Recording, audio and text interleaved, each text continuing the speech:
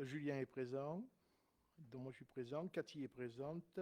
Joanne est présente. Thierry, Laurent est présent. Magali est présente. Jean-Luc est présent. Muriel aussi. Michel aussi. Noémie est absente. Jean Brondeau, David Delorme et Nathalie a donné procuration à Joanne. Et David Delorme a donné procuration à Jean-Luc. Donc alors, si on en présent, on est autour de la table. On est 10. 10 présents, plus 3 procurations. C'est ça? Voilà. Bien. Ben, écoutez, on va démarrer. Alors, ça paraît un peu long comme ordre du jour, mais il y a des choses, c'est très, très court, très rapide. Alors, sur l'ordre du jour, je voudrais faire une petite modification, bon, rien de grave, c'est que je peux peut-être un peu mal exprimer sur le 11. Vous voyez le point 11? J'ai marqué délibération de demande de subvention projet R2 Bivouac. En fait, c'est pas ça. C'est délibération de demande de subvention projet R2 service et accueil vélo. C'est pas pareil. Voilà. Et donc, parce que pour rentrer dans les cases pour avoir les subventions, ça s'appelle comme ça. Ça s'appelle pas R2 Bivouac. Hein. Voilà. Donc, il faut le changer parce que voilà. R2 service et accueil vélo. Voilà. Donc, je vous propose d'adopter l'ordre du jour avec cette légère modification sur le point 11, qui est contre, qui s'abstient, donc à l'unanimité. Donc en tout, ça veut dire qu'on est 13 et qu'on est tous pour. OK. Voilà. À l'adoption du compte rendu du conseil municipal du vendredi 11 octobre, y a-t-il des remarques sur ce compte rendu? Pas de remarques. On le soumet au vote. Qui est contre? Qui s'abstient? À l'unanimité, je vous remercie. Alors, le premier point est classique, on y vient chaque année. C'est le remboursement des transports scolaires pour les enfants qui sont de Saint-Paul et qui montent à Bannes dans le cadre du regroupement pédagogique. Donc, on demande aux familles qui veulent être remboursées de faire une demande. Et donc, cette année, nous avons eu pour 900 euros de demande. Ce sont 900 euros. Donc, si je cherche dans mes documents, voilà, c'est là. En tout, ça fait 10. Ça fait 1, 2, 3, 4, 5, 6, 7, 8, 9, 10 personnes qui ont demandé. D'accord, donc à 90 euros, ça fait donc 900 euros. Voilà. Donc on prend ça sur le budget, on a prévu comme dépense. Y a-t-il des remarques? Voilà, donc je vous remercie, on va voter. Qui est contre? Qui s'abstient? Donc à l'unanimité, je vous remercie. Alors, il y a 4 ou 5 délibérations qu'il ne faudra pas trop me demander des détails, parce que c'est des trucs financiers dans lesquels on m'a dit de les mettre, donc c'est l'agent comptable qui demande de mettre comme ça. Alors, le premier point, c'est décision modificative numéro 1, remboursement FCTVA dans le cadre de la cession des modulaires. Donc, c'est un peu comme la TVA, mais c'est la FCTVA. Et donc, quand dans l'ancien mandat, on avait acheté ces modulaires, oui, c'était les bungalows. Donc, on avait perçu de la FTVA, donc il faut en rendre une partie. Donc, en fait, il faut rendre, puisqu'on les a revendus, il faut rendre 350 euros. C'est simple, voilà. Hein, donc, là, c'est très simple. Donc, qui est contre? Qui s'abstient? Donc, à l'unanimité, je vous remercie. Alors après, régularisation d'écriture SDE 07, éclairage public 2021-2023. Alors, vous vous rappelez que l'éclairage public, on avait un échéancier puisqu'on avait changé les ampoules en LED. Donc, on avait dépensé en 2021 8 834 euros, puis 7 000, la même somme, 8 834 euros, puis 11 000 parce que ça avait augmenté puisqu'on avait changé plus d'ampoules à un moment donné. Voilà. Alors, que demande la trésorerie générale? Elle nous demande d'annuler ces différents titres et de les repasser sous notre forme d'écriture dans un autre compte. Donc ça ne change rien, c'est simplement un changement de compte. Hein, mais il n'y a pas plus de dépenses ou de recettes, mais il faut le changer de compte. C'est tout. Donc je vous propose de la voter. Qui est contre? Qui s'abstient? Je vous remercie. Alors après, constatation de dette. Alors il ne faut pas s'affoler sur le mot dette sur les deux opérations d'après. Ce n'est pas qu'on doit de l'argent, c'est en fait quand on a électrifié le canon des chasseurs, c'était une opération qui s'est faite en 2019, je me rappelle, par l'ancien mandat. On a mis l'électricité au canon des chasseurs. Je vous rappelle que le canon des chasseurs, c'est une propriété communale. Hein, et donc, il n'y avait pas le courant. Donc, il a fallu le faire. Et quand on fait une extension comme ça, il y a une partie qui est prise en charge par le SDE. À l'époque, je crois que c'était 80%, et revenait à charge de la commune 704 euros et 77 centimes. Donc, c'était notre reste à charge. Donc, on nous demande de refaire les écritures avec notre formulation, comme si c'était un prêt sur 6 ans. Donc, ce n'est pas un emprunt, mais dont la somme sera régulièrement dépensée sur 6 ans. On est presque au bout, parce que si vous regardez 2019, 20, 21, 22, 23, 24, 25, on a fini cette année en 25. Voilà. Alors, c'est une histoire d'écriture, hein, les sommes ne changent pas. Voilà. Mais on me dit, il faut faire comme ça. Donc, qui est contre? Qui s'abstient? Donc, je vous remercie. Et en fait, on a la même chose pour l'électricité. La consommation de la dette d'éclairage public, schéma directeur, c'est la même chose. Donc, on avait budgété cette somme. Et donc, il faut la répartir de la même façon, avec une émission de titres par an et en repartant à l'envers sur les 6 ans qu'on a prévus depuis 2021 qu'on a commencé. Donc, ça nous fera 21, 22, 20, ça ira jusqu'à 2027. Voilà, c'est une écriture, hein. Ça ne change absolument rien. Mais c'est l'agent comptable qui dit qu'il faut que ça soit comme ça dans les comptes. Donc, je vous propose de le voter. Qui est contre? Qui s'abstient? Donc, je vous remercie. Alors, créance éteinte. Alors, ça, c'est une demande de la commission de surendettement. Il y a 2 dossiers qui sont passés en commission de surendettement et on nous demande d'éteindre les créances de 2 personnes dont je nommerai pas les noms, forcément, hein, je ne peux pas. Donc, il y a 2 dettes. Une dette, pour le premier cas, c'est de 1 755,89 euros pour une dette qui s'étale entre 2014 et 2018. Ils sont insolvables et irrecouvrables. Donc, ils ont fait un dossier d'endettement. Et puis, une deuxième personne de 2020 à 2024 pour un montant de 634,09 euros. Voilà. Donc, on nous demande d'abandonner ces 2 créances. Donc, on va les voter les unes après les autres. Comme ça, vous délibérez pour les 2, pour une chacune. Donc, pour la première créance, qui est contre? Oui, vas-y. L'eau. L'eau. Ah, c'est que sur l'eau. C'est leur abonnement. Pour le premier, c'est l'abonnement. Ah oui, oui, oui. Donc, pour le premier, qui est contre? Qui s'abstient? Donc, à l'unanimité. Et pour la deuxième, c'est 143,09. Qui est contre? Qui s'abstient? À l'unanimité, je vous remercie.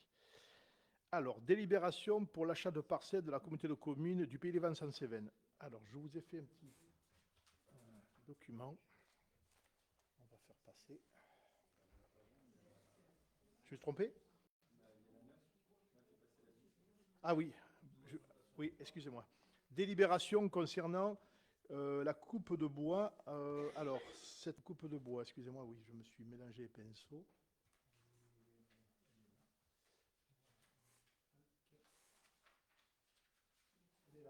Donc, vous vous rappelez que la dernière fois, on avait parlé de subventions, de mécénat avec ONICA, tout ça, etc.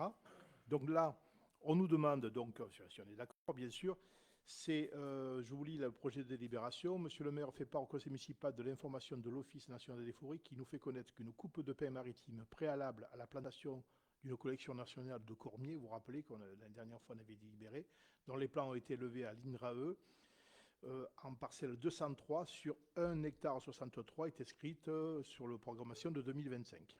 Donc voilà, il nous demande si on est d'accord pour faire cette coupe avant de faire l'implantation des cormiers.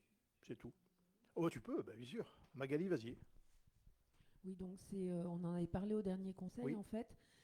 C'est donc l'INRAE qui nous a proposé de planter des cormiers, donc des cormiers qui viennent de plein d'endroits en France.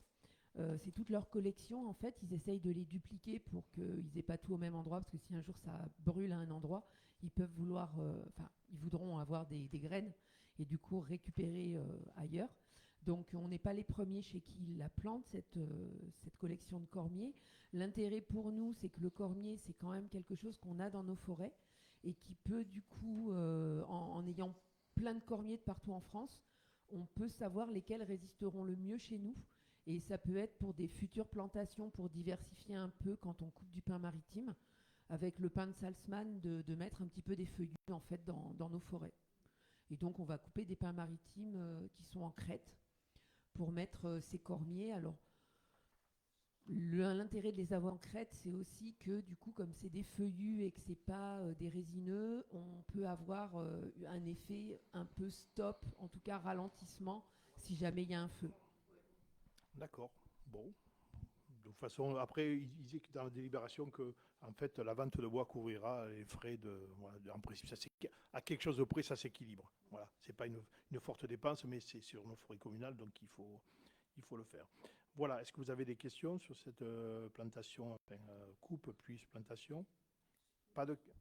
Oui, Oui, Magali? en général, c'est toujours plus ou moins équilibré. Oui. C'est-à-dire qu'on fait des travaux jusqu'à 7 000 € sur la commune en forêt, et en fait, ça nous en coûte 1 000 au final, parce que on a des subventions, on a la vente de bois qui comble, et il nous reste un petit millier d'euros de temps en temps à placer, mais ça ne nous coûte pas très cher pour entretenir notre forêt en général. Voilà. C'est l'ONF qui gère super Bien bien. sûr. Alors, je vous propose de le voter si on est d'accord. Qui est contre, qui s'abstient, donc à l'unanimité. On pourra faire ça en 2025. Alors, la délibération d'après, je vous fais passer une petite feuille pour que vous sachiez de quoi on parle. Euh, alors,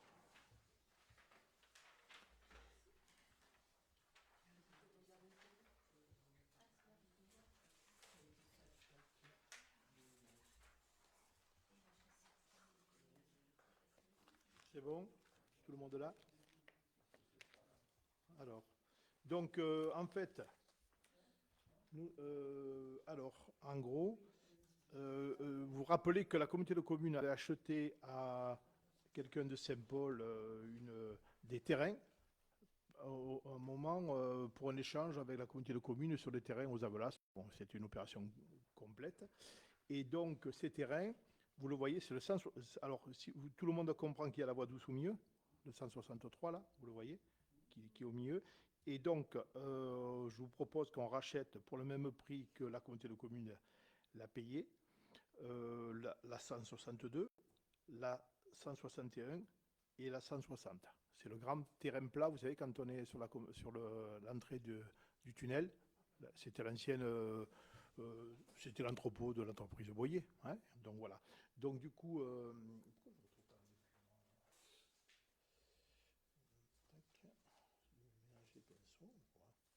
et donc du coup, la communauté de communes nous propose le même prix.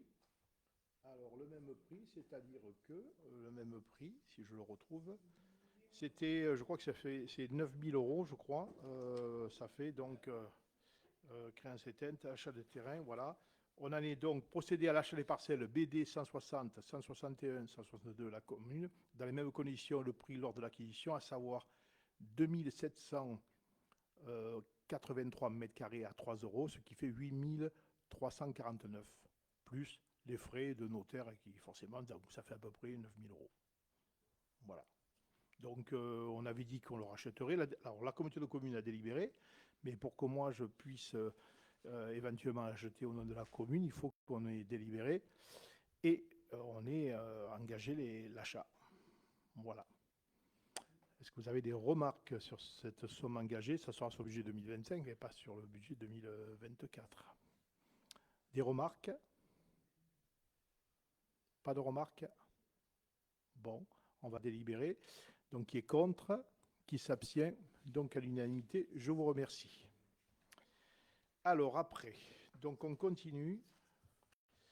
Nous en sommes donc après demande de subvention, c'est ça, hein, je ne me trompe pas. Hein, demande de subvention projet R de service et d'accueil vélo. Alors, je vous ai fait une petite information pour que tout le monde on parle de la même chose. Décidément, là, je me paume un petit peu dans mes dessins. Alors, c'est ça, voilà. Tac. Voilà, qu'on soit bien d'accord sur les thèmes qu'on utilise. Voilà, parce que sinon, ça peut prêter à confusion. Voilà. Après, je vais passer à un deuxième document qui est purement fictif. Mais alors, purement fictif, c'est ça. Voilà. Et puis, je continue. C'est bon pour vous? Voilà. Tout le monde se retrouve? C'est bon? Voilà.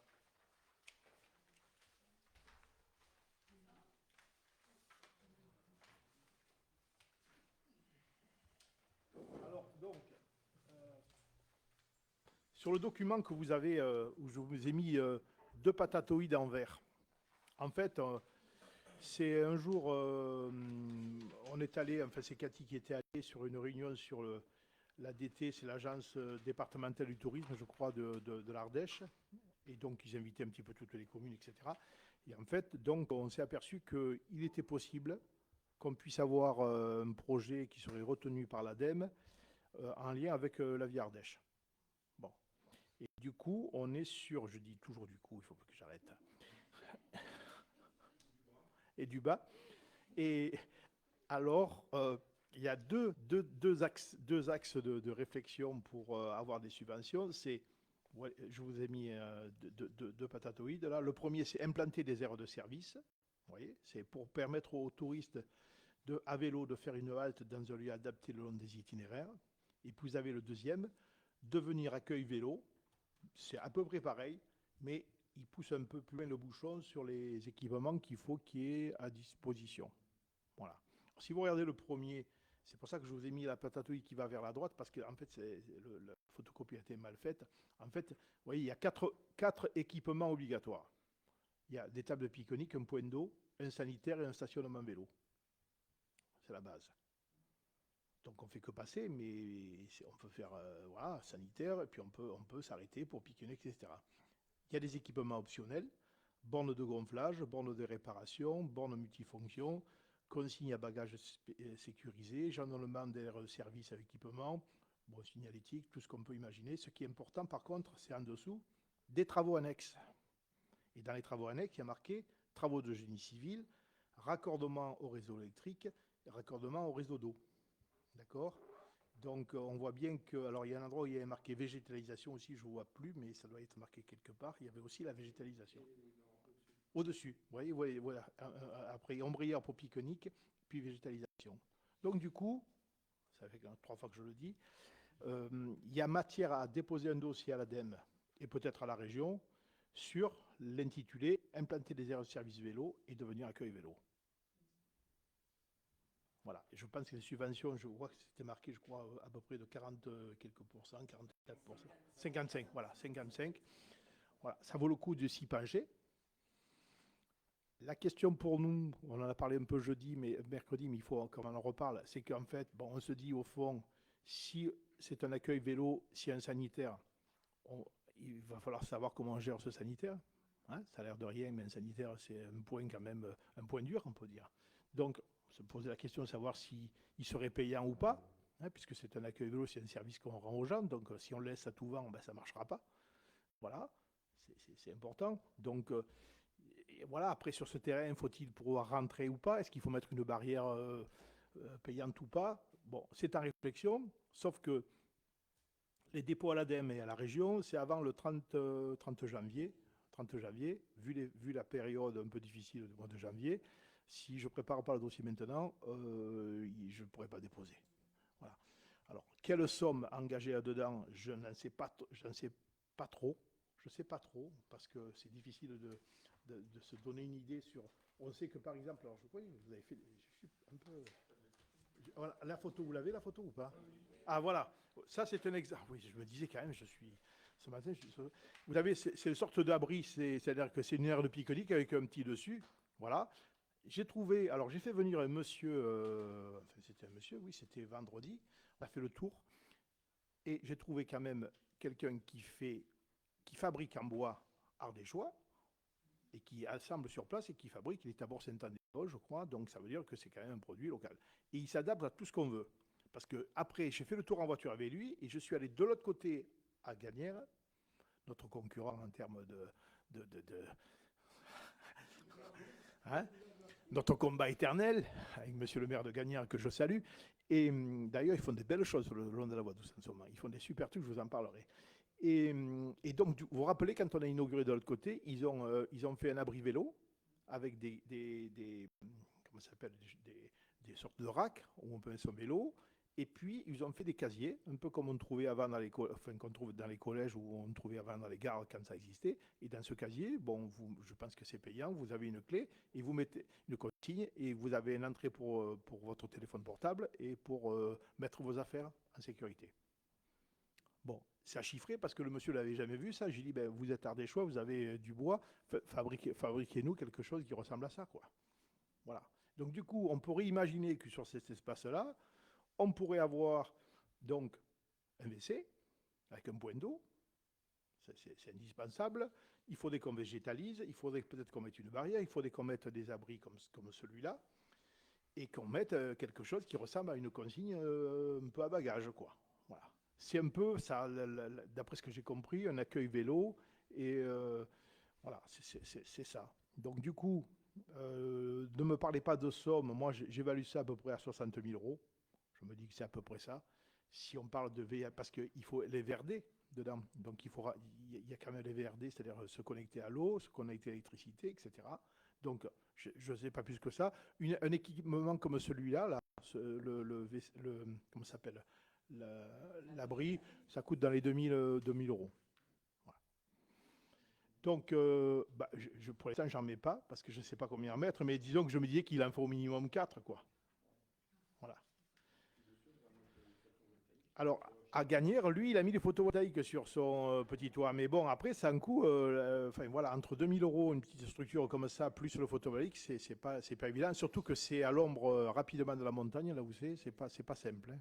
Voilà. Enfin, voilà. Donc, en gros, c'est où on dépose ou on ne dépose pas un projet, voilà, pour cette aire de service et de vélo, ou on ne dépose pas, si je ne le fais pas maintenant, je ne pourrai pas le déposer d'ici fin janvier, je ne serai pas prêt.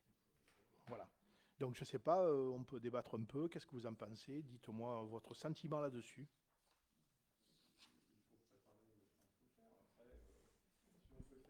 Hop, hop, micro.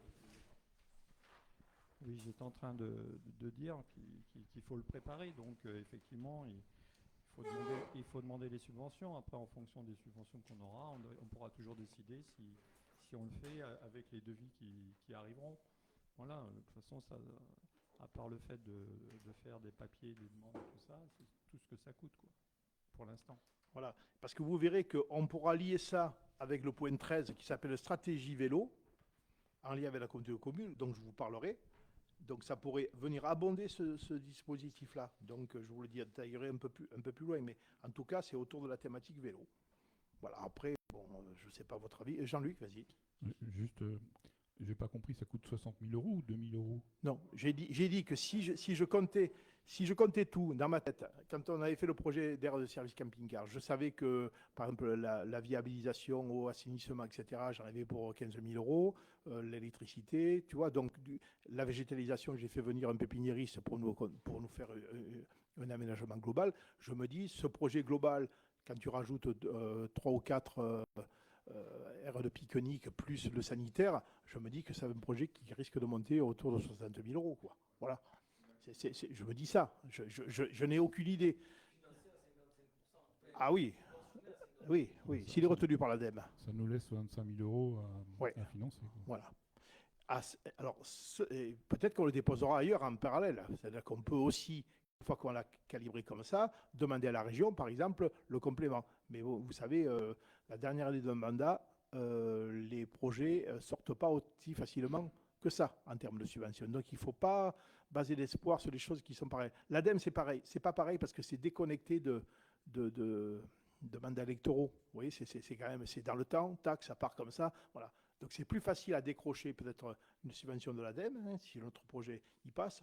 Après, on pourrait dire, mettons, pour aller jusqu'à 80% de la région dans le projet. Mais c'est pas sûr que ça arrive, quoi. Ça n'arrivera pas dans l'année, je crois pas. Donc, on peut le demander, une subvention exceptionnelle, mais bon, je ne suis pas persuadé en fin de mandat que ça arrive comme ça. Voilà, donc ça reste en charge, oui, bien sûr. La question que je me pose derrière, c'est on avait parlé de panneaux photovoltaïques à acquérir pour avoir notre propre production éventuellement, Oui. pour faire des économies d'énergie. Je me dis ça, effectivement, c'est un retour sur investissement assez efficace dans le temps. vu l'augmentation des tarifs de l'énergie. Là, c'est un coût pour la commune. Alors, je comprends que ce soit extrêmement efficace pour le tourisme, mais 25 000 euros aujourd'hui avec l'endettement de la commune, est-ce que c'est pertinent de le faire dans l'urgence en 2025? Je sais pas, je me pose la question. Ouais. Bon, moi je pense qu'il faut le programmer. On n'a pas élaboré le budget 2025, on ne sait pas à quelle sauce on sera mangé en termes d'évolution des budgets au niveau national, pardon. Mais voilà, ça sera sûrement pas à la hausse. La question, bon, je me dis, ben, il faut. C'est pas parce qu'on a la subvention qu'après on peut le budgéter. Mais si je le dépose pas là, on peut faire une croix dessus sur 2025 et début 2026, c'est tout. Voilà. Ouais. Mais on va y venir après sur le photovoltaïque, hein, parce qu'on a, voilà. Bon, d'autres remarques? Je vous propose donc qu'on délibère donc pour demander donc des subventions. On va mettre de l'ADEME et tous nos financeurs autour de ça. Hein. Ça peut être le département, ça peut être la région, mais c'est quand même ce dossier qu'on doit déposer numériquement à l'ADEME qu'il faut que j'ai un aval du conseil municipal. Donc qui est contre, qui s'abstient, une abstention. Tu as une seule? Une abstention. Et donc le reste est pour. Je vous remercie. On va passer au projet de photovoltaïque sur le toit de la médiathèque. Alors, je ne sais pas si vous vous rappelez, je vous ai fait un petit tableau parce que j'ai fait faire des. C'est bon, hein? Oui. Alors, vous avez ce petit tableau que je voudrais vous distribuer. Vous le connaissez peut-être, vous vous rappelez. Est-ce que j'en ai assez fait?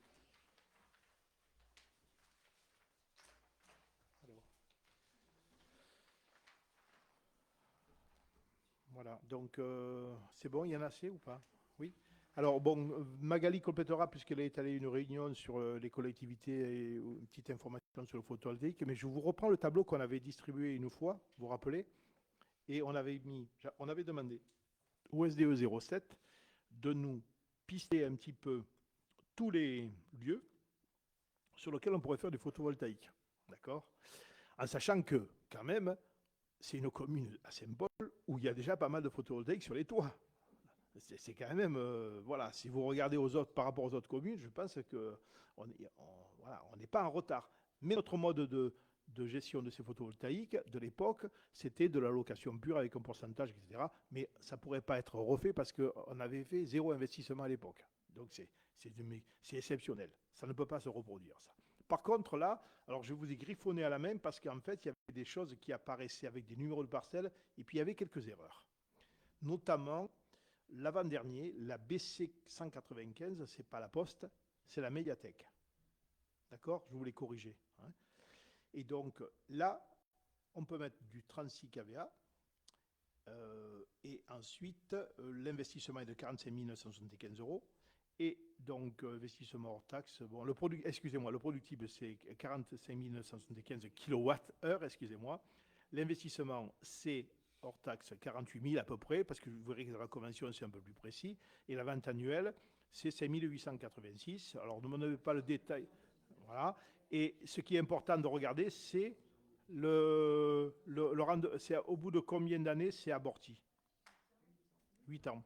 Donc, j'ai regardé un peu les autres bâtiments, sans les nommer, c'est qu'il y a des bâtiments où on a un toit qui n'est pas extraordinaire, donc on ne peut pas faire du photovoltaïque sur un toit qui n'est pas extraordinaire. Si on envisage, par exemple, vous savez, le bâtiment de l'ancienne poste, on va faire un diagnostic thermique, là, il est lancé, vraisemblablement, il va falloir isoler ce toit et le refaire complet. Donc, on ne peut pas envisager de faire du photovoltaïque sur un toit qui est brinque-ballant. Ou les locations de l'ancienne école privée. Donc là, c'est pareil, il faudra faire de l'isolation, donc il faut la refaire. Et donc, le plus opportun, et après Magali complétera, c'est celui-là. C'est pas la peine de s'éparpiller. En faire un, donc c'est celui qu'il faut faire, il me semble. Et je vais laisser la parole à Magali. Qu'est-ce que tu en penses, Magali? Moi, je trouve que c'est bien, mais Merci. disons que c'est le toit le plus intéressant qu'on ait pour l'instant sur la mairie. C'est vrai que alors moi j'ai assisté avec le TEPOS là, à la dernière réunion qui était sur justement le photovoltaïque sur les toitures pour les communes. Après, l'intérêt la question qu'on aurait à se poser en fait, C'est que, donc, comme tu le disais, ce qu'on a pour l'instant sur nos toits communaux, c'est quelque chose qui s'est fait à un moment où, déjà à l'époque, voilà, c'était le plein boom c'était le début, enfin, c'était le début du plein boom. Honnêtement, ça nous rapporte à peu près 10 000 € par an, ce qui n'est pas négligeable. Par Sans contre, investissement au départ. sans aucun investissement au départ, oui, oui, et sans investissement non plus derrière, en fait. Euh, c'est pas l'entretien, c'est pas nous, rien n'est pour nous. Et quand on va récupérer les panneaux d'ici une quinzaine d'années, je pense maintenant, ils produiront encore, et là, ce sera tout bénef pour nous. Voilà.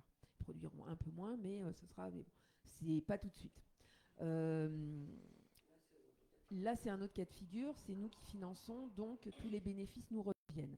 Et là, la question qu'on a à se poser, en fait, c'est de savoir si on est sur soit de la consommation totale, soit de la revente totale, soit de la consommation avec revente locale, qui est actuellement, à mon sens, le plus intéressant. C'est-à-dire qu'on met des panneaux photovoltaïques sur un toit de mairie, appartenant à la mairie. On consomme, quand on a à consommer, on consomme. On peut faire consommer aussi des bâtiments pas très loin. Donc il y a des barèmes, mais en gros, je crois qu'en milieu rural, c'est jusqu'à 10 km. Oui, oui, on peut aller loin. Donc on peut aller loin, donc on pourrait, nous, consommer même à la mairie. Parce que c'est pas que c'est relié, en fait, c'est un jeu d'écriture. Oui, oui, il n'y a pas de fil qui Il n'y a va pas entre de les fil, deux. en fait. Mais du coup, on pourrait faire consommer notre école, la mairie, la médiathèque, la salle des fêtes. On pourrait faire consommer un certain nombre de choses comme ça. On pourrait même éventuellement faire consommer des logements communaux. Simplement, c'est voilà. Après, on revend, on devient revendeur d'électricité, en fait. Soit à nous-mêmes, enfin, entre guillemets, parce que c'est pas le même bâtiment, soit carrément à des particuliers. C'est ça. Et donc, oui, vas-y, Julien. Du coup, le prix du kilowattheure que l'on revend, au final, qu'on remet dans... Oui. C'est le prix qu'on l'achète. Alors, parce que là, du coup, les panneaux, Magali, tu me disais 12 centimes actuellement, ce qu'on revend. Parce que du coup, c'est fluctuant en fonction... Alors, ça dépend de à quel moment, en fait, on a signé le contrat. Et actuellement, les contrats qu'on signe en fin 2024, c'est 0,12 centimes de revente au kilowattheure. Au kilowatt, pardon. Pour ceux qui sont dans la boucle, Non, ça c'est quand tu revends sur le réseau. sur le réseau, que tu vends à EDF. Voilà. Oui, par exemple, un fournisseur d'argent. Voilà, il te rachète 12 centimes. Oui, oui, c'est plus l'époque florissante où avant c'était beaucoup plus important. Des 21 centimes. Oui, voilà, ça a beaucoup changé. Mais oui, mais pour compléter ce que tu dis, oui, vas-y, et du coup, Magali. pour répondre à Julien, en fait, nous, quand on revend, on peut revendre en gros le prix qu'on veut quelque part. Alors, soit on revend à 12 centimes pareil, comme on revendrait sur le réseau à EDF, soit on peut revendre un tout petit peu plus cher parce qu'un particulier actuellement n'achète pas, sauf peut-être sur des super contrats. Oui, c'est plus de 20 que moi, j'ai centimes. pas, hein. Plus de 20 centimes. Actuellement, c'est 24. Alors, ça dépend. Ça va entre 17, je crois, Oui. 17 et 24 centimes Oui. le kilowatt. Oui. Donc, nous, on peut revendre, en fait, entre guillemets, le prix qu'on veut. Oui. Donc, à nous de choisir, en fait.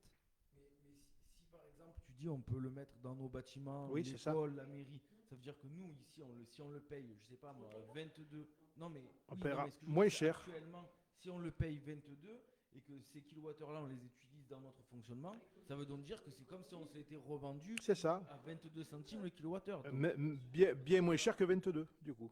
oui, voilà. Et l'avantage qu'on a, c'est qu'il faut, en fait, après, c'est l'étude que fera le SDE, c'est ça. C'est-à-dire qu'en fait, ce qui va se passer, c'est que l'idée, c'est que si on fait de l'autoconsommation, alors collective, alors autoconsommation tout court, ça serait que sur la médiathèque. Autoconsommation collective, c'est ici, parce qu'on a un chauffage au sol électrique qui douille quand même, hein. Donc, et il faut viser les bâtiments qui sont utilisés dans la journée, parce que le photovoltaïque, ça produit que dans la journée. Donc, vous pouvez pas, si vous n'avez pas de consommation dans la journée, il faut tout vendre à EDF, il ne faut pas s'embarquer, sinon Et là, comme on disait, c'est ça, c'est-à-dire que, imagine que EDF nous reprend à 12 centimes et que nous, on dit, eh ben, pour notre collectivité, on le fait à 15, je dis n'importe quoi, à 15 centimes, on achètera beaucoup moins cher que la revente de l'EDF. Et en plus, on s'engage sur un certain nombre d'années. C'est-à-dire que notre prix, il est tenu pendant 10 ans ou 15 ans. C'est-à-dire qu'on a un contrat et il ne mentera pas. Ce qui fait que nos charges de chauffage ou d'électricité pour les bâtiments qui sont utilisés dans la journée, ça veut dire qu'elles sont stables déjà, parce que ça n'augmentera pas ou ça ne diminuera pas. Alors si ça diminuait au niveau national, oui, peut-être que ça sera, ça m'étonnerait, mais en tout cas ça nous stabilise et ça nous le fait consommer localement. Parce qu'ici, tu as déjà un bâtiment, tu as la médiathèque qui est dessous, tu as la salle des fêtes qui est utilisée dans la journée par les activités, tu as les écoles, donc la poste, la poste est au fioul pour l'instant.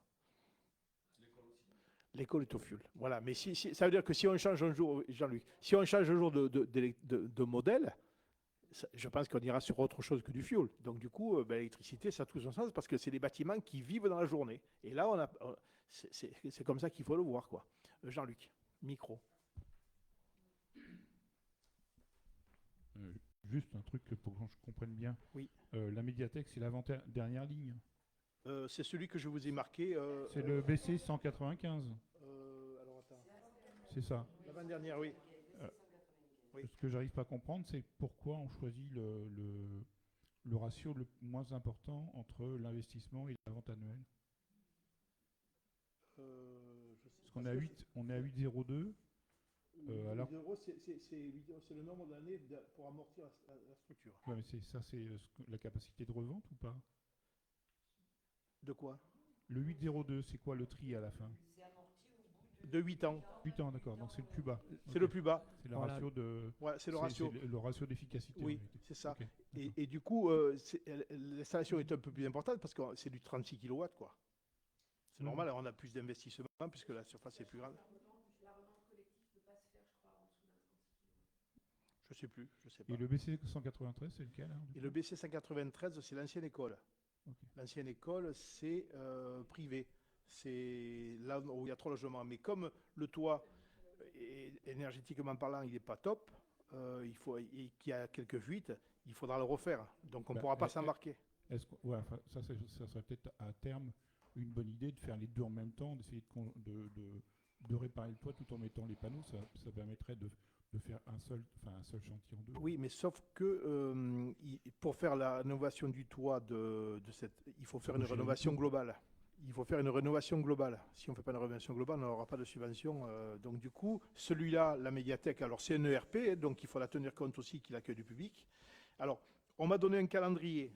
Alors, ça veut dire qu'on va passer, parce qu'on va pas, moi je ne vais pas lancer un appel d'offres tout seul, on n'en est pas capable, et on ne va pas suivre les travaux. Donc on a le SDE 07 qui nous propose de suivre ces travaux, je vous en avais parlé, et donc il nous suit les travaux avec une rémunération de 3% du projet de 47 000 euros, ce qui fait 1 300 euros de maîtrise d'œuvre, quoi. Enfin, qui nous atteste que le projet fonctionne.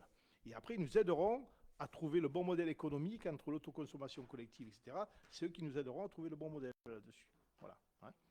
Et alors, le calendrier qui est proposé, j'espère qu'on pourrait le tenir, si on y va. Alors, le calendrier serait le suivant. Alors, étude préalable, c'est fait, c'était mars 2024. Mandat d'ouvrage, c'est 6 décembre, ça serait aujourd'hui. Donc, délibération du S07 en janvier. Autorisation d'urbanisme, février 2025. Autorisation de travaux, février 2025. Raccordement, demande de raccordement, février 2025. Étude sur la solidité de la charpente, parce qu'il faut quand même qu'il y ait une étude, forcément, hein, puisque c'est quand même un établissement accueillant du public. Ensuite, passation de marché, parce qu'il faut faire un appel d'offres, forcément, pour un prestataire. Et démarrage des travaux juillet 2025 et réception des ouvrages octobre 2025. Voilà, donc ça pourrait être une opération qui pourrait se faire dans l'année. Ça va se décaler un peu, mais disons que ça pourrait être une opération qu'on commence et qu'on finit. Sous réserve, bien sûr, que dans le budget. Alors, normalement, dans la partie qui est inférieure à 8 ans, nos recettes dans notre projet, même si au départ on va mettre un peu parce que l'installation ne fonctionnera pas au début, normalement ça va s'équilibrer, c'est le but. Hein. Jean-Luc. Alors c'est un peu inhabituel, mais j'ai une question d'un élu de la commune dans le chat. Donc je me permets, si c'est un élu de notre de poser la question de notre commune au sujet, puisqu'il participe au conseil de manière indirecte. Hein. D'accord. Donc c'est Eric Ambrosino qui dit si on vend à des particuliers ne doit-on pas reverser des royalties à EDF pour ce qui est des panneaux existants au moment de la dépollution après la vie de ces panneaux? Comment doit-on les prendre en charge? Je sais pas. Alors, pour la dépollution, on en avait parlé en réunion, je crois, non? Vas-y. En fait, il n'y a pas beaucoup de pollution sur les panneaux. Tout est Alors, recyclable. en fait, maintenant, les panneaux, ils sont de moins en moins polluants parce qu'il n'y a plus de terres rares dedans. Oui. Et dans l'achat du panneau, comme dans l'achat de n'importe quel réfrigérateur, en fait, maintenant, il y a il y a une taxe, en fait, pour le recyclage de la chose.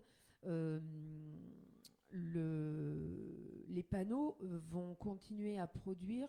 Ils produisent actuellement à peu près 30 ans, hein, des panneaux. Ils se sont Je veux dire améliorés. 30 ans pour que ce soit intéressant. Après, ils continuent à produire, mais c'est plus très intéressant. Donc, on en a là pour 30 ans. Et alors, je ne voudrais pas répondre de bêtises, mais il me semble que si on revend notre électricité, en fait, c'est sous forme d'une espèce de coopérative ou de je sais pas trop Ah quoi. oui, oui, oui. C'est pas en direct. Hein. On doit rien à EDF, mais par contre, il faut bien en informer le SDE en amont parce qu'ils ne font pas la même étude si on revend en collectif ou si on consomme. Mais a priori, avec 36 kilos et tous les bâtiments communaux plus les logements en fait qui sont à nous, donc là où c'est un petit peu différent parce que nos locataires, on pourrait leur revendre en fait dans le bail, on pourrait leur intégrer Oui. dans le bail l'électricité. On n'aura pas assez pour revendre à des particuliers en plus. Bah, déjà, si on avait tous les bâtiments communaux, ça serait pas mal. Dernière question. Jean-Luc, vas-y. Ouais, je suis vraiment désolé. Non On n'a pas intégré dedans l'hypothétique futur bâtiment médical, maison médicale. Non. Non, parce qu'il avait ses propres panneaux. On avait Son prévu propre comme option. Enfin, On avait prévu il n'est comme pas intégré option. dans le programme. Non, Ok. non. Magali, micro. Juste, est-ce qu'on a une idée au niveau, parce qu'apparemment donc la maintenance nous incomberait, et on sait à peu près si ça tombe en panne, si c'est coûteux, si... Non, ça tombe pas trop en panne. Alors honnêtement, nous, si je me base sur les panneaux photovoltaïques qu'on a actuellement sur la commune et dont on n'assure pas la maintenance, mais à chaque fois qu'il y a un panneau qui fonctionne plus, c'est moi qu'on appelle. C'est un problème d'alimentation de l'extérieur. Et très souvent, c'est un problème de connexion en fait, parce que eux, comme ils doivent, en fait, ils ont des sortes de comptage, mouchards en oui, fait un qui leur comptage, disent oui. en temps réel que produit le panneau, combien, comment, etc.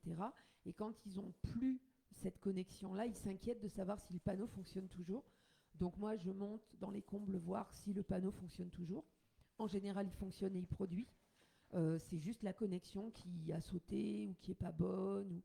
Et franchement, au niveau réparation, je crois qu'ils sont jamais venus réparer des panneaux ou des onduleurs, c'est-à-dire ce qui vraiment va fabriquer l'électricité à partir du panneau. Je crois qu'ils n'ont jamais eu à venir en réparer un. C'est toujours des problèmes de connexion. Alors après, effectivement, quand il y a des fois, de temps en temps, il faut nettoyer ces panneaux. C'est-à-dire qu'il faut passer un coup de jet dessus et un petit coup de lavette. Alors ils viennent le faire, je crois, tous les une fois tous par les an. ans. Ils Tous les viennent ans. une fois par an. Oui. Ouais. Oui. Mais après, faut vraiment voir si ça vaut le coup de faire ça ou pas, parce que il se nettoie aussi beaucoup avec la pluie. On a quand même des gros épisodes de pluie, donc voilà, c'est à voir. Oui, mais voilà. De toute façon, on aura aussi nous cette fameuse production en temps réel. On saura ce que produisent nos panneaux. Donc, si à un moment on voit qu'ils se mettent à produire moins, on saura qu'il faut les nettoyer en fait. On n'a pas forcément besoin de les nettoyer à chaque fois, mais on saura quand ils vont baisser un petit peu de quelques pourcents, on se dira là il faut les nettoyer.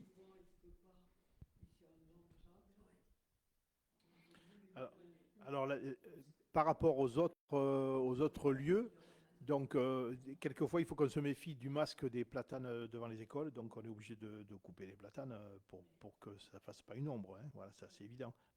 Parce qu'en été, ça produit moins s'il y a un masque. Et ils le savent, eux, puisqu'ils ont un contrôle automatique. Ils me disent, ben non, c'est pas bon. Et c'est vrai que si il n'y a plus de courant dans Saint-Paul, ça continue à produire en fait, ça part dans le réseau quand même, mais comme ils ne le voient plus sur leur écran en termes de production, ben, ils nous appellent pour nous dire c'est bizarre, il y a un problème, voilà. Mais en fait, c'est comme dit Magali, c'est uniquement un problème de comptage en fait. Il n'y a jamais eu de problème de panneaux qui sont venus changer depuis. Je pense qu'on a dû faire ça en 2008, non 2008-2009. Bon, voilà. Depuis, on a bien amorti, c'est ça. Alors, donc, je vous proposerai donc de passer nos conventions avec le SDE 07, avec qui on travaille, et du coup, nous assurerez tout le suivi des travaux jusqu'à la mise en œuvre complète et la réception complète des travaux, ce qui n'est pas négligeable. Voilà. Appel d'offres et tout ça. Est-ce que vous avez d'autres questions? Sinon, on va passer au vote. Bon, alors qui est contre? Qui s'abstient? À l'unanimité. Je vous remercie pour ça. Ensuite, nous avons, après, nous avons la stratégie vélo avec la communauté de communes. Alors, ça vient un peu en complément de ce que nous avons parlé tout à l'heure, mais c'est plus... Bon, c'est pas exactement, mais c'est presque pareil. Ça se complète. C'est-à-dire que si on n'a pas des trucs d'un côté, on peut les avoir de l'autre. Hop. Je pense que j'en ai assez de ce côté. Voilà. Alors, je vous ai fait un petit tableau. En fait, c'est la communauté de communes qui a déposé un dossier, dans le cadre du développement du vélotourisme, et en étant un petit peu sous forme de convention, ce qu'on appelle une convention de mandat, sous mandat, ça permet de globaliser un projet sur l'ensemble de la communauté de communes, et les communes se positionnent sur un certain nombre de matériels. Bon, voilà. Et en sachant que les subventions qu'on obtient sur ce type de projet, elles sont 55 maximum de l'ADEME et de 30%, ça ne pourra pas aller plus de 80% de toute façon. Voilà. C'est où l'ADEME, vous le voyez en haut, c'est du 55%, du coup 55% plus 25%, ou alors ça sera l'un dans l'autre, ça ne dépassera pas 80%. Donc du coup, on nous avait demandé un peu de cibler qu'est-ce qu'on pourrait avoir comme matériel. Et alors là, on a été stratégique avec Cathy, parce qu'on nous a demandé un conseil communautaire. Et en fait, ça, on n'est pas obligé de l'installer au niveau du tunnel sur le côté. On peut aussi, moi je suis passé sur l'idée que les tables de pique-nique, elles peuvent servir sur la table de la voie douce. Et celles qui sont en mauvais état, qui sont en bois, qui commencent un peu à péricliter, c'est un moyen de les avoir avec une subvention. On l'a pensé comme ça. C'est-à-dire qu'en fait, pour l'instant, on est sur un volume de mobilier, on n'est pas sur leur position, on s'en fout de leur position. Mais il fallait qu'on se positionne. Et du coup, ce qu'on a demandé, voilà, vous le voyez en rouge sur la quantité, on a marqué table de pique-nique, on a marqué stationnement vélo, bon, ce sont des racks à vélo, enfin, comme on fait maintenant. Stationnement pour VAE, ça veut dire qu'il faut qu'il y ait une prise électrique. On n'a pas pris une borne multifonction, on a pris une borne de gonflage, c'est-à-dire que ça permet aux gens de réparer leur vélo, une borne de gonflage, tac, tac, tac, c'est simple, et une borne de réparation qui va avec. Et du coup, et signalétique, on a mis ça. Donc ça veut dire que le gros morceau, c'est la Comcom qui le prend parce qu'elle récupère toutes les communes du territoire qui ont souhaité le faire ou pas. Et vous voyez dans votre tableau, dans l'absolu, si vous voulez, nous, on aurait demandé 11 000 euros de matériel, c'est ça, 11 000 euros hors taxe, voilà. Et hors taxe pour la commune, si tout va bien, on en aurait pour 4 000 euros. Moi, je pense que c'est une bonne opération. Et qu'après, libre à nous de mettre ce matériel où on veut. Hein. Et moi, je pense à ces tables en bois qui commencent. Alors après, le mobilier, bon, après, je pense qu'il y a une équipe, ils ont regardé un petit peu, mélange de fer, de bois, bon, ça sera global. Ça sera un peu, comment je peux vous dire, une harmonisation de ce qui se passe sur l'ensemble de la communauté de communes. Hein, je crois que c'est ça, Cathy. Micro. Ce sera effectivement le même matériel tout au long de la vie Ardèche, ouais. Déjà, et si je peux me permettre aussi, on a aussi des prix intéressants, parce que c'est un achat groupé de quantité, donc on a les deux choses, et la subvention et des prix intéressants. Oui. Voilà, puis je me disais, c'est utile simplement pour n'importe qui fasse du vélo ou pas. Ça n'a pas d'importance. Hein. Les gens qui s'arrêteront en voiture pour pique-niquer à Saint-Paul, on leur dira pas, vous n'êtes pas en vélo, vous n'allez pas à l'aire de pique-nique, quoi. Donc, mais bon, voilà, c'était une démarche intéressante, mais elle devait être portée par la communauté de communes et pas par nous, directement. Donc, je me disais, vous voyez, bon, la borne de gonflage ou de réparation, bon, après, si on voit qu'on a des moyens au niveau du tunnel, est-ce qu'on la mettra là-bas ou pas? En fait, à ce stade-là, on peut pas décider, c'est pas le problème. C'est pas le problème aujourd'hui. Voilà. C'est simplement, il faut y aller, et bon, on est plusieurs communes à avoir postulé, hein, donc, voilà, c'est sur le vélotourisme, quoi. Voilà, est-ce que vous avez des questions? Donc, ça nous ferait une somme, si le dossier est retenu, hein, de 4 000 €, mais quand même, on a quand même, si vous regardez, un certain nombre d'équipements, et ça vous met... Bon, voilà, voilà, c'est quand même intéressant, hein, parce que vous savez, une vraie table de camping... Ça fait déjà 5 tables de pique-nique pour moins de 4 000, pour 4 000 €. Ouais, voilà, parce qu'une table de pique-nique, quand vous regardez sur les catalogues, alors vous pouvez prendre des choses qui sont très futiles, qui coûtent pas cher, mais l'année d'après, vous la jetez, hein. Donc, les trucs costauds, ça a un coût. Voilà. Voilà, nous, ça nous paraissait intéressant, une bonne démarche. Donc, je vous propose qu'on adhère à cette convention sous mandat avec la Comcom pour le matériel qu'on a énuméré. Bon, voilà, on a fait comme ça. On a dit 5 tables, pique-nique. Voilà. Si vous êtes d'accord, s'il n'y a pas de questions, on va le soumettre au vote. Qui est contre, qui s'abstient, à l'unanimité, je vous remercie. Un dernier point de vote, c'est la convention avec le SDEA pour une mission d'assistance technique voirie. Donc ça, c'est une convention qu'on renouvelle, pas toutes les années, mais au bout d'un certain nombre d'années. C'est en fait l'idée qu'il faut contracter avec le conseil départemental et le SDEA, pardon, pour nous assurer une maîtrise de l'œuvre pour les routes. C'est-à-dire qu'en fait, moi, je ne gère pas mon dossier route directement tout seul. J'ai le département avec le SDEA qui m'élabore les devis et puis qui me suit les travaux et qui me réceptionne les travaux, parce que moi je ne suis pas capable de réceptionner une route. Voilà. Donc du coup, on renouvelle cette convention avec le SDEA. Voilà. Donc c'est 2 € et quelques par habitant, ça nous fait à peu près par an, voilà, ça nous fait 2,75 € hors taxe par habitant.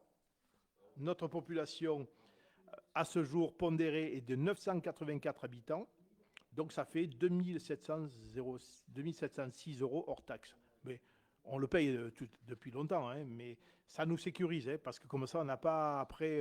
moi, je suis...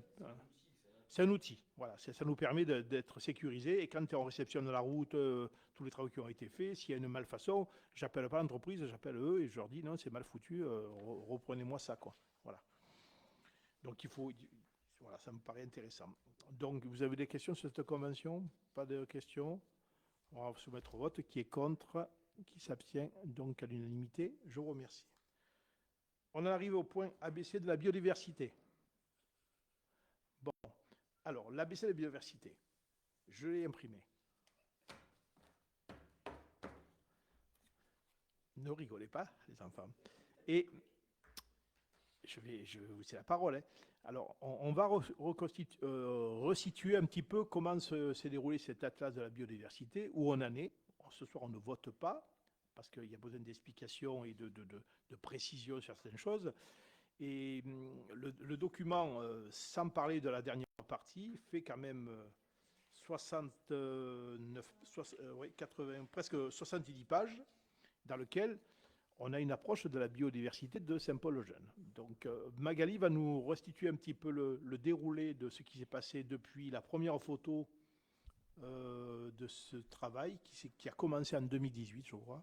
Et je te laisse la parole. Après, on débattra un petit peu de la philosophie de ce document, pourquoi, les contraintes, est-ce qu'il y en a, il n'y en a pas, il faut en parler un petit peu. Hein. Donc l'Atlas de la biodiversité, ou ABC, c'est quelque chose que nous a proposé le Parc national des Cévennes en 2018. Alors normalement, ça se fait beaucoup plus rapidement, un ABC. Mais là, on a eu les années Covid entre-temps, donc ça ne nous a pas aidés. On a un petit peu essuyé les plâtres aussi dans la région, ce qui fait que pour la rédaction de cet atlas de presque 80 pages, en fait, il a fallu trouver quelqu'un qui soit compétent pour nous faire cette restitution. Et du coup, ça a pris un petit peu de retard, ça a été un petit peu plus compliqué. L'Atlas de la biodiversité, donc, c'est un outil à la base de connaissances L'idée, c'est que à la fois des gens qui sont spécialisés dans la connaissance du vivant, la faune, la flore, etc., puissent faire des comptages, puissent voir qu'est-ce qu'on a comme faune et comme flore sur le territoire. Et l'idée, c'est aussi de faire participer le public. Donc, on a eu plein d'animations pour ça avant Covid, pendant Covid, et on espère en faire un peu après aussi. Ces animations, elles permettent aux gens de prendre conscience donc que certaines espèces animales ou végétales habitent sur la commune, et on leur propose de les compter en fait, ou de les trouver, ou de les localiser, ou de voir tout simplement si elles sont là ou pas. Donc c'est participatif, ça s'intéresse, ça s'adresse à tout le monde en fait, pour essayer de donner une connaissance des espèces présentes sur la commune à un petit peu tout le monde. Même quand on n'est pas spécialiste, c'est très facile de s'intéresser à un criquet, de prendre à le reconnaître, de le compter, de voir combien il y en a dans son jardin, etc. Donc on a commencé ce volet connaissance en 2018. Là maintenant, on a un petit peu arrêté parce que bon, fallait le temps de la rédaction aussi de l'atlas. Donc là, on s'est arrêté sur 4 espaces qui sont présents dans la commune. Donc le premier espace, c'est la forêt. Le deuxième espace, c'est tous les milieux humides, parce qu'il y a pas mal de mares, et avec la Claise qui traverse notre village, on a quand même pas mal d'espèces qui vivent près des milieux humides. On a aussi, on s'est intéressé aux milieux donc ouverts, donc les milieux qui sont plutôt des prairies. On a mis en sous-classe plus ou moins les milieux souterrains, parce que c'est pas facile d'aller les voir quand on n'est pas spéléologue, mais il y a des choses intéressantes sur Saint-Paul dans les milieux souterrains, parce qu'on est sur du karst, donc c'est-à-dire qu'on est sur un gros gruyère en gros, hein, calcaire, avec plein d'eau qui circule en dessous, plein de choses qui se passent, et plein d'espèces aussi qui vivent dans ces endroits-là. Et donc le quatrième espace, c'est l'espace habité, donc l'espace urbain, tous les endroits où on a des maisons qui cohabitent avec de la biodiversité. Donc pour chacun de ces domaines, on a essayé de trouver des espèces emblématiques, on les a mises en valeur dans la classe, elles sont en photo. Et puis, alors c'est pas exhaustif du tout, hein, c'est loin de là, hein, il y en a encore plein d'autres, mais on a trouvé des trucs assez sympas, des choses qui sont protégées, qui sont pas très nombreuses ailleurs en Rhône-Alpes et qu'on trouve en assez grand nombre chez nous. Et donc le deuxième volet, donc c'est le volet des enjeux, c'est celui qui intéresse vraiment le conseil communal, c'est de savoir, voilà, maintenant qu'on a toute cette connaissance, comment on la met en valeur et comment on préserve ce qu'on a sur la commune. Donc pour les enjeux, on a un comité de pilotage tout le long de l'ABC qui s'est réuni pour faire des propositions. On a eu une réunion publique le 3 juillet où il y avait une 40aine de personnes qui sont venues dire, voilà, on leur a présenté les milieux et qui sont venues dire, voilà, ce qu'elles pensaient, elles, en tant que non spécialistes, de ce qu'il fallait mettre en valeur, protéger, comment on pouvait faire, qu'est-ce qui manquait, qu'est-ce qu'on aurait pu faire. Donc on a des enjeux pour les 4 milieux. C'est beaucoup de l'information, c'est assez peu d'actions vraiment concrètes. Il y en a quelques-unes, mais dans les actions concrètes, il y a surtout de la défense incendie, il y a des choses aussi de préservation du milieu, mais des choses qui incombent de toute façon à la mairie avec l'ONF ou des choses comme ça, ou bien la CLAIS avec AB16. Et puis après, c'est beaucoup de l'information aux gens en fait. Voir si on peut leur faire des animations, leur rédiger des fascicules qui leur donnent des préconisations pour faire certaines choses ou pour éviter d'en faire d'autres, pour essayer de préserver donc du coup des plantes, des animaux, des insectes, etc.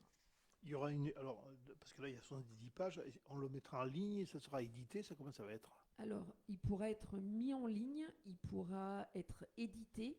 Alors, comme c'est 80 pages, ce serait bien qu'il y en ait un à la médiathèque en consultation. Mais on n'avait pas une somme d'argent qu'on avait touchée en 2019 oui. Pour faire des éditions de ça ou pas? Alors, l'OFB, l'Organisation française de la biodiversité, nous a donné 10 000 euros pour faire cet ABC. On a eu aussi d'autres subventions et on a nous-mêmes mis aussi de l'argent en tant que commune. L'idée de l'OFB, c'était surtout de rédiger cet ABC. Après, pour vraiment on ne pourra pas en faire un exemplaire pour chaque habitant ou pour chaque maison ou pour chaque famille.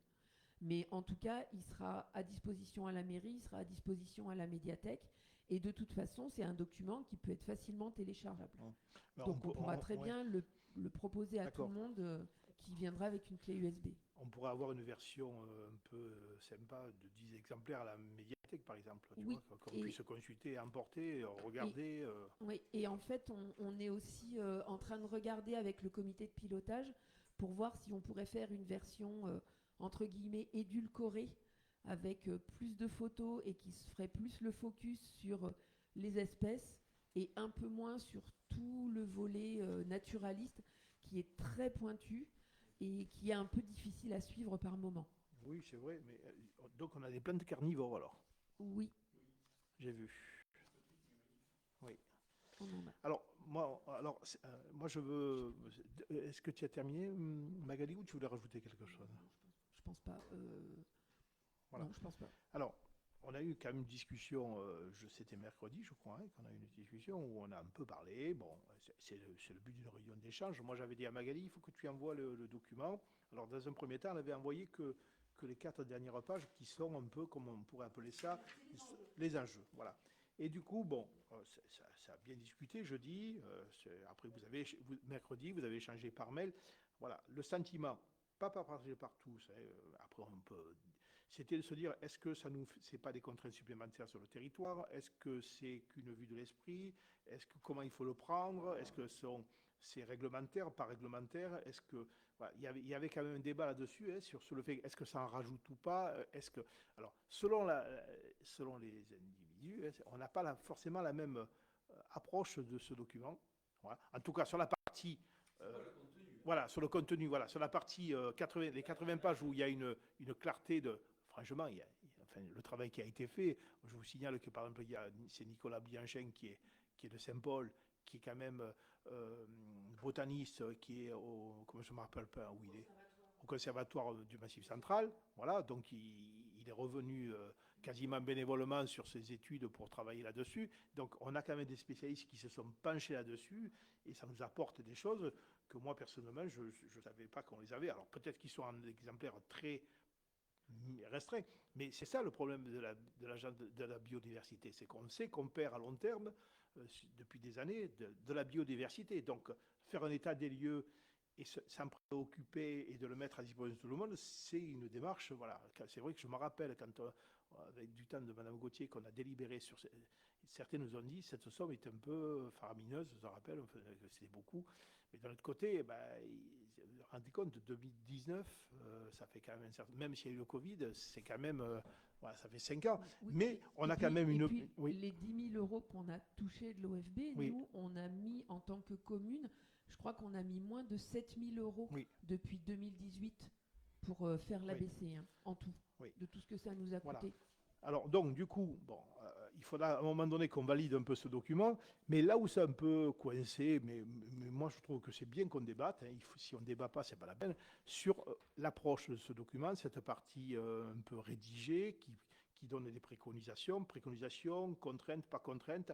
Voilà, donc on s'est exprimé. Vous avez vu les mails qu'on a échangés un peu dans la semaine sur le groupe, comme ça, c'est normal. C'est comme ça, c'est la vie. Et du coup, moi, je me suis dit, bon, on va un peu temporiser. Ce soir, on le développe un peu sur la partie des 70 pages, parce que quand même, c'est quel travail, quand même. Hein, quel travail. Et après, le reste, je veux dire, moi, j'ai dit, prenons le temps de se poser et de voir si dans des formulations, les choses nous paraissent de contrainte ou pas. Et c'est vrai que dans le mail que tu as envoyé, Magali, après, je vous laisse la parole, Magali a dit, bon, après, il y avait un groupe de pilotage, il faut revenir vers eux. On n'est pas là pour... il faut aller les voir et peut-être leur dire, bon, ok, c'est vu comme ça, mais on pense que, qu'est-ce que vous en pensez? Pour qu'on avance un peu, peut-être à tordre un peu, si on n'a pas envie de quelque chose ou pas. Puis après, s'il faut arriver sur un vote, on votera. Mais il faut quand même que dans notre esprit, on arrive à se dire, au fond, c'est une bonne chose. et que ces contraintes qui ne sont pas forcément des contraintes, il faut lever des doutes chez nous, si on en a ou pas. Voilà, je vous laisse la parole. Jean-Luc. Qui, oui. Moi, j'ai pas participé au débat, du coup, je me sens libre d'expression. Bien sûr. Je vais prendre deux événements qui me paraissent importants pour essayer de voir un petit peu quel est notre rôle, nous, en tant qu'élus municipaux, en tout cas mon point de vue. Le premier, c'est que je suis allé au Puy de Sancy, promener dans le centre de la France, et dans une très belle verdure, au flanc des montagnes, on croise un groupe de chasseurs qui reviennent avec un sac à dos rempli, et dans ce sac à dos, il y avait un chamois. Et donc, comme je suis curieux, évidemment, on a discuté avec ces chasseurs. Je lui dis, mais vous avez le droit de chasser des chamois? Il dit, oui, on chasse même des mouflons ici. On a le droit, effectivement, de chasser les mouflons parce que on doit limiter la quantité le cheptel de mouflons et de chamois sur la zone. J'ai dit, mais il y en a tant que ça. Il dit, non, c'est pas ça. Le problème, c'est que les agriculteurs dans le coin, ils ont tendance à étendre leur zone d'activité agricole, y compris sur les zones de montagne. Du coup, comme le sauvage peut apporter des maladies, eh ben, il faut éliminer le sauvage pour préserver le domestique. Ce que je veux dire par là, quand j'ai eu ça, c'est quelle sensibilité on a. Soit on est agriculteur et on peut comprendre que d'attraper des maladies, d'avoir un cheptel qui attrape des maladies, c'est dangereux et c'est économiquement pas fiable. Soit on a une sensibilité écologique, on dit quand même on est en train de massacrer du sauvage au bénéfice de la domestication. Première relation. Et moi, je dois avouer que ça m'a surpris et ça m'a interloqué dans l'idée, effectivement, on l'entend de plus en plus, cette idée de supprimer du sauvage pour pouvoir continuer la domestication.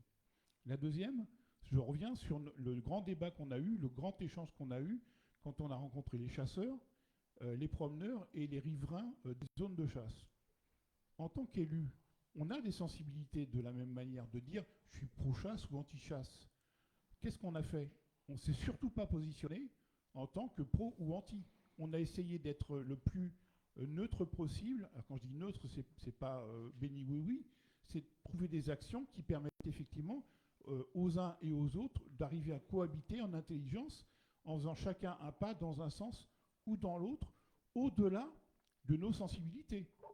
Parce qu'on n'est pas entré dans le débat où ça n'a jamais été évoqué pendant cette période-là, où on aurait pu jouer le jeu des moi je veux qu'on mette des zones anti-chasse, et les autres auraient fait une défense de chasseurs.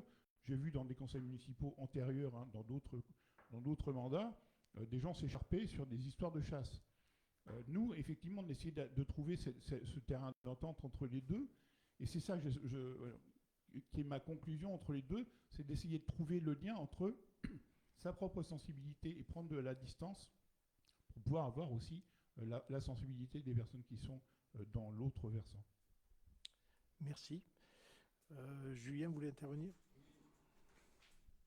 Juste, moi, c'est vrai que, encore une fois, je le redis, sur le contenu, il n'y avait pas de discussion à faire. Enfin, je veux dire, c'est des spécialistes qui ont fait un état des lieux, ils ont fait un travail formidable, enfin, tout le groupe, il n'y a pas à discuter. Et encore une fois, c'est pas tant sur le fond, c'était plus sur la forme.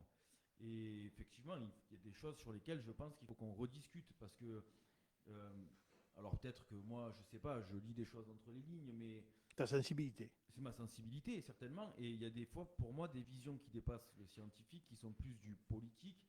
Et je me dis que si on veut faire adhérer les gens justement à ça, il faut faire attention à la manière dont on l'amène. Parce que si on les braque, clairement, on fait l'effet inverse. Voilà. D'accord. Juste ça. Magali, tu voulais rajouter quelque chose?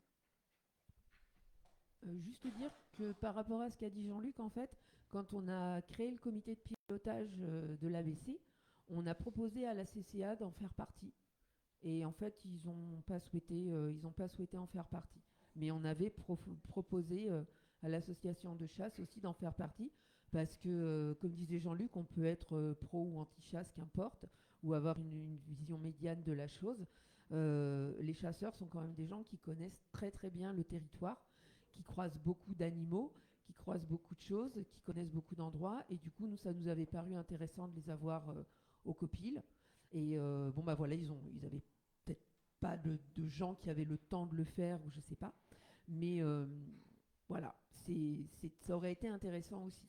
D'accord. Après, sur les enjeux, c'est vraiment la partie où le conseil municipal doit voter dessus parce que, effectivement, ça engage la commune à faire ce qu'elle a dit dans les enjeux. C'est-à-dire, par exemple, si on dit que on va faire une information, c'est un des trucs qui est proposé, hein, une information sur la forêt pour que les propriétaires forestiers sachent mieux comment ils ont la possibilité de gérer leur forêt au lieu de se faire avoir des fois par des margoulins qui viennent leur dire voilà, je vous coupe tout et puis je vous donne 200 euros, vous verrez, c'est vachement bien payé, ce qui est faux. Faire aussi des informations sur, par exemple, les piscines. On a eu le problème il y a quelques années dans la Claisse où quelqu'un a rejeté sa piscine qui n'est plus baignable pour l'humain, mais qui n'est toujours pas baignable pour un poisson. Et donc, c'est pour éviter ce genre de choses, en fait, une simple information peut permettre aux gens de ne pas faire certaines erreurs, voilà, qui peuvent être préjudiciables pour tout le monde, en fait. D'accord. C'est surtout, quand on voit les enjeux, il y a le type d'enjeu à chaque fois, et c'est surtout de l'information. Il y a très peu d'actions vraiment d'actions concrètes, en fait. Je crois qu'il y en a 6. Donc, oui, donc Jean-Luc voulait réintervenir, vas-y. Moi, je voulais juste rebondir sur ce que venait de dire Magali. Pourquoi on essaye de pas de reprendre l'angle justement avec les chasseurs et aussi, je pensais au conseil municipal des jeunes qui pourrait donner un coup de main dans l'implication vis-à-vis de la biodiversité. Ça pourrait être aussi une manière de rebondir maintenant qu'on a des relations différentes avec les chasseurs notamment. Oui. Ça, puis je pense qu'on fera une réunion, nous, de travail un petit peu pour voir un peu nos visions, voir un petit peu tout ça, et on reviendra vers le groupe de pilotage un petit peu pour voir un peu. Voilà, il faut discuter, puis on reviendra tranquillement. Bon, il faut quand même qu'à un moment donné, on revienne vers le conseil pour qu'on ne laisse pas, en fin de mandat, les choses partir complètement, puisque bon, on n'est pas sûr d'être là en 2026, donc il faut finir, quoi. Je veux dire, on ne peut pas laisser comme ça. C'est un tout, c'est un tout. Voilà. Bon, donc d'autres interventions ou pas? Pas d'autres interventions? Bon, on en restera là pour l'instant, hein. Mais voilà, il faut saluer le travail, c'est important. Et après, il faut effectivement, peut-être qu'on peut en parler aux chasseurs, faire une réunion avec eux en disant, ben voilà, on en est là, on a fait tout cet inventaire, on vous invite à le regarder, etc. Et puis nous, il faut qu'on se cale un petit peu, voir un peu qu'est-ce qui nous plaît pas, ou comment c'est formulé, est-ce que c'est trop directif ou pas. Je pense qu'il faut qu'on en parle. Je pense que c'est comme ça qu'il faut qu'on le fasse, hein. En tout cas, je vous remercie et je remercie tous ceux qui ont participé à cet ABC de la biodiversité. J'ai quelques informations diverses, après je vous laisserai la parole. Les bonnes nouvelles. Bon, mais après, il n'y a pas les mauvaises, hein. Donc il n'y a que les bonnes. Je n'aurais pas dû faire ça. Nous avons reçu une subvention du conseil départemental de 25 449 €, qui se décompose de la manière suivante.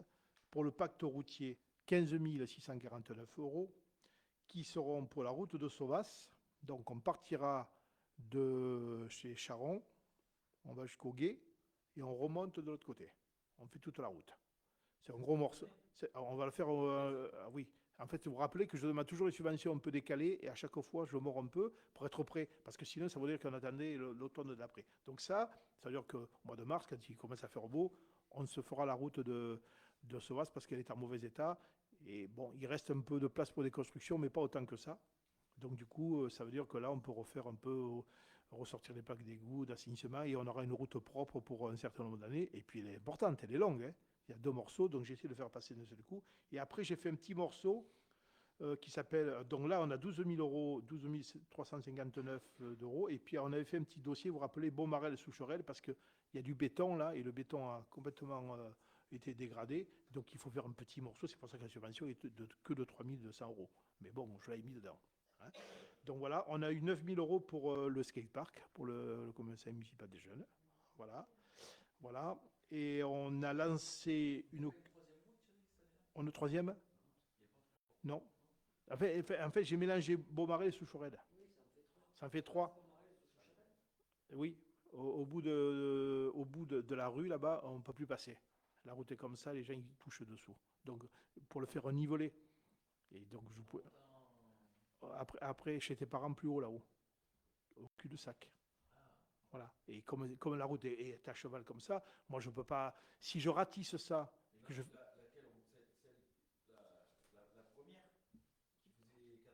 Oui, voilà. Et si moi je fais un ratissage, le jour qu'il peut, tout va partir. Donc il faut que ça soit fait par un professionnel, quoi. Je ne vais pas bricoler là, c'est pas la peine. On y reviendra 10 fois. Donc du coup, voilà.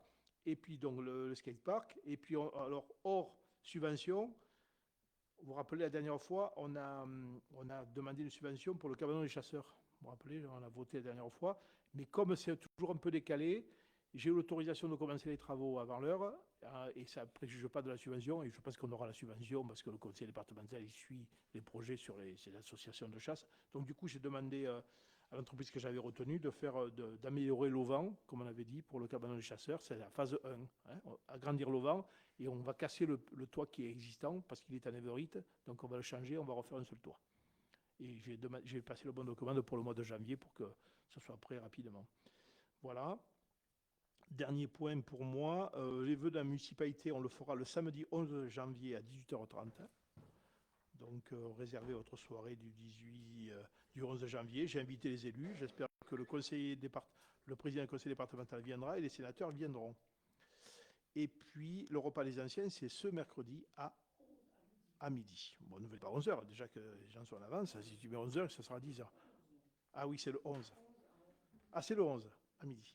Voilà, je crois que j'ai tout dit. Si vous avez des questions avant qu'on ferme le conseil municipal, en tant qu'élu, vous avez la parole. Jean-Luc, vas-y.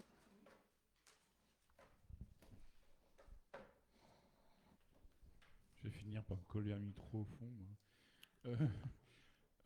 Tu peux nous faire un débrief un peu des événements là, qui se sont passés concernant la fibre sur Saint-Paul-de-Jeune Alors, oui, je vais essayer d'être concis, calme. Alors, en fait, on a été alerté par des habitants sur le fait que...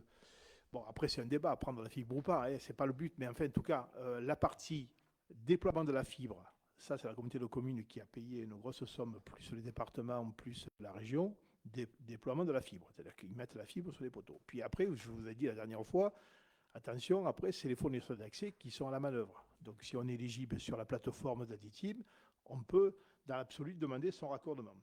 Et c'est là que ça commence à être un peu compliqué, puisque tout le monde n'est pas égaux, on dit. Tout le monde n'est pas égal face aux fournisseurs d'accès, et qu'il y a eu 2 cas, j'en connais 2, sans les nommer, qui ont demandé la fibre. Une fois qu'elle a été installée, ils n'ont jamais pu se connecter à la fibre. Ils n'avaient plus rien, quoi. Ça a duré 1 semaine, 2 semaines, 3 semaines. Il y a un autre que je suis allé voir hier. Lui, depuis le 15 octobre, il n'a plus rien du tout. Bon, et alors, cette semaine, j'avais pris rendez-vous avec la personne qui a déployé la fibre en disant « Mais qu'est-ce que vous avez fait sur le territoire ?» Il m'a dit « Mais moi, j'ai rien fait. C'est pas moi, j'y peux rien. » Et donc, parce que quand ils remettent, c'est un peu comme des travaux, quand il y a des travaux qui sont faits, comme c'est de la fibre, ils testent chaque fibre qui va sur le réseau. C'est-à-dire qu'ils mettent un laser d'un côté, ils sont capables de savoir si la fibre passe de l'autre côté. C'est normal, c'est leur boulot. Donc ils réceptionnent les travaux. Donc, les travaux sont réceptionnés. Quand une zone est ouverte, les travaux sont réceptionnés, ça veut dire que ça fonctionne. Donc si ça ne fonctionne pas, ce n'est pas le développement de la fibre qui ne fonctionne pas, c'est le raccord avec le particulier. Et j'ai eu la chance, donc j'ai mis une photo sur EliWap l'autre jour en disant que mène-moi un peu l'endroit où, je ne vous dis pas où c'est, où tout arrive. En fait, il y a un endroit à Saint-Paul où tout arrive. C'est-à-dire que chaque individu est repéré avec sa petite fiche, tac, avec, tout passe dans une fibre globale, et après c'est dégroupé. Bon, c'est très technique, mais j'y comprends rien, mais ce n'est pas un problème. En tout cas, vous avez un truc qui est branché, et c'est vous, et c'est pas vous, c'est vous, c'est pas vous. Et il y a des racks comme ça où il y a tous les gens qui sont... il n'y a pas leur nom, mais il y a des numéros. Et donc, je rentre là, et donc je vois un sous-traitant d'un fournisseur d'accès, où l'armoire était nickel, tout de la même couleur, voilà, et puis dessous, de couleur orange, c'était le truc, et puis un autre fournisseur d'accès, dont je tairai les noms parce que j'ai pas envie non plus de me faire attaquer au tribunal, hein, parce que voilà, dans lequel c'était un peu la pagaille avec des filles de couleur orange qu'il avait sûrement piqué à son voisin, et même que d'ailleurs je vous ai marqué, il y a marqué ne pas utiliser les filles de couleur orange parce que c'est pas les vôtres. Et c'est comme ça que ça fonctionne. Donc vas-y que je te tire la fibre, vas-y que je te l'enlève, et voilà. Donc je vous l'avais déjà raconté que ça se passait ailleurs comme ça. La réalité elle est là. Voilà. Donc on a poussé notre gueulante. Alors, pour un fournisseur d'accès, pour une personne, Jean-Luc s'en est occupé un peu plus, finalement, et maintenant, c'est le correspondant local de exclusif pour régler les problèmes sur la commune. Mais enfin, on en rigole, mais c'est quand même un peu cavalier, quoi, d'être traité comme ça sur ça. Alors, on n'est pas le seul territoire, hein. Je vous l'avais raconté sur d'autres territoires beaucoup plus développés numériquement que les nôtres, ils ont eu exactement les mêmes problèmes. Voilà. Donc, soyez prudents si vous prenez un fournisseur d'accès. Il ne doit pas vous enlever votre connexion ADSL avant d'être sûr que ça marche. On ne se sert pas du fil de l'ADSL pour tirer la fibre dans la même gaine, parce qu'une fois qu'on a tiré, il n'y a plus l'ADSL. Donc, normalement, c'est marqué, on ne doit pas débrancher un abonné tant qu'il n'a pas été branché, etc. Voilà. Alors, il y a eu un peu comment ça s'appelle, du lobbying. C'est-à-dire qu'il y a des gars qui sont passés cet été avec une pancarte autour, là, en disant qu'ils étaient correspondants de telle société et qu'ils ne savaient pas si vous étiez raccordable ou pas. Je vous rappelle que pour être raccordable, ce n'est pas le fournisseur d'accès qui vous dit que vous êtes raccordable. Vous allez sur le numéro que j'ai mis sur Facebook, sur Facebook et sur EIWAP, vous connectez, c'est Aditeam, et vous mettez votre adresse, et ils vous diront si vous êtes connectable ou pas. Si vous n'êtes pas connectable, ce n'est pas la peine de demander le raccordement, parce que là, vous allez recevoir une box dans les 2 jours. Là, ils vous la filent, la box. Mais en fait, ils ne vous branchent pas. Ma voisine, moi, elle m'a dit « Ah ben Thierry, quand c'est que tu viens me brancher ma box ?» J'ai dit « Mais pourquoi ?» Il me dit « J'ai reçu. » J'ai dit « Mais tu l'as reçu ?» Tu l'as reçu, oui. J'ai dit « Mais ils t'ont fait le raccord ?» Ah ben non, pas encore. Bon, voilà. Donc, ils se précipitent pour vous faire un abonnement, mais derrière, ce n'est pas suivi par forcément un raccord. Donc, prudence. Jean-Luc ? Juste donne mes recettes pour arriver à ces fins. En vérité, d'expérience maintenant, parce que je travaille un peu dans les réseaux, la meilleure façon de pouvoir capter l'attention de ces grandes entreprises, que ce soit les fournisseurs d'accès Internet ou même une caisse de retraite ou autre problème, c'est pas d'envoyer des courriers, des lettres recommandées, des menaces d'avocats, c'est d'aller sur les réseaux sociaux, notamment LinkedIn, pour aller les choper sur leur système business. Vous les chopez là et vous mettez des commentaires bien savoureux avec des photos bien savoureuses. Du coup, ça fait boule de neige. Et là, du coup, ils s'inquiètent de votre sort et ils vous téléphonent. Donc c'est comme ça que j'y suis arrivé pour une dame du village. J'en rigole, mais effectivement, je suis appelé tous les 2 jours par le fournisseur d'accès pour savoir si sa fibre tient. Ça fait 2 semaines que ça C'est tient. ça. Donc c'est par ce biais-là que j'y suis arrivé. Maintenant, ils savent, ça fait 20 000 vues, 25 000 vues sur LinkedIn, et du coup, ils sont très embêtés quand ils ont ce type de post, parce que ça leur fait une mauvaise image de marque, et ça, ils n'aiment pas du tout sur des réseaux professionnels. LinkedIn. Voilà, merci. Est-ce que d'autres personnes du Conseil souhaitent intervenir ? Donc, on va clôturer le Conseil municipal. Y a-t-il des remarques sur le réseau qui relèvent du Conseil ? Oui, dis-moi. Je vais finir par regarder. Non, juste Eric avait rajouté 2 commentaires par rapport au panneau, donc je vais les lire. Il a dit il faut inclure un nettoyage des panneaux tous les 2 ans pour une production optimale, et Oui. Non, c'est de la maintenance programmée comme l'entretien d'une voiture. D'accord. Oui, ça fait partie du contrat, oui, d'accord. Ok, pas d'autres questions sur le public présent. Une question, Francis ? Oui. Attends, on va te donner le micro. Hein ? Vas-y. Oui, bonsoir à tous. Je voudrais savoir si sur les photovoltaïques, il y a Oui. des subventions, parce que j'ai entendu combien ça coûtait pour la salle Oui. des fêtes, Oui. combien ça rapportait. Mais tu n'as pas parlé de subvention. Non, alors en fait, il n'y a pas de. Nous, la communauté de communes, on est subventionné parce que on cotise au SDE 07, donc ils récupèrent ce qu'on appelle les C2E, c'est un truc technique, donc on est un peu subventionné. Le particulier, en fait, il y a très peu de subventions. Hein, c'est combien? 600 € sur une installation. C'est tout. Parce qu'en fait, tu sais pourquoi? Parce que c'est pas comme la rénovation énergétique d'une habitation. Une rénovation énergétique d'une habitation, la communauté de communes accompagne, l'État accompagne parce que c'est pour réduire soit les effets de serre, soit la consommation déjà, etc. Or, ils considèrent que le photovoltaïque, c'est un moyen de production industrielle. Donc, l'individu qui le fait, ça lui rapporte dans l'absolu. Donc, du coup, c'est pour ça qu'il n'y a pas beaucoup de subventions sur ce type d'installation. C'est plafonné, en fait. Une installation, c'est temps.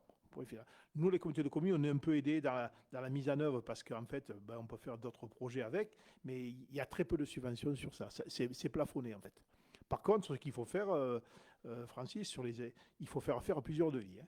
Oui, Parce non, que sur le photovoltaïque, sur 9 kW sur une maison, ça peut être du simple au double. Donc, ça, hein, et un peu plus. Et du coup, ça a bien baissé actuellement parce que les panneaux, bon, ils sont tous chinois, il faut le savoir. Hein. Il n'y a pas de il y a que de l'assemblage en France, mais ils sont chinois. Mais leur performance a beaucoup augmenté. Ça a beaucoup augmenté. Mais actuellement, il me semble qu'ils arrivent, enfin, moi, j'en ai parlé un jour sur le photovoltaïque, sauf erreur de ma part, on arrive à avoir des installations de 3 kW qui sont autour de 8 000 €. Même moins. Oui, bon, enfin, 4-5 000, avec l'installation comprise, enfin, il faut savoir. Voilà. Et puis surtout, ce qu'il faut faire, c'est.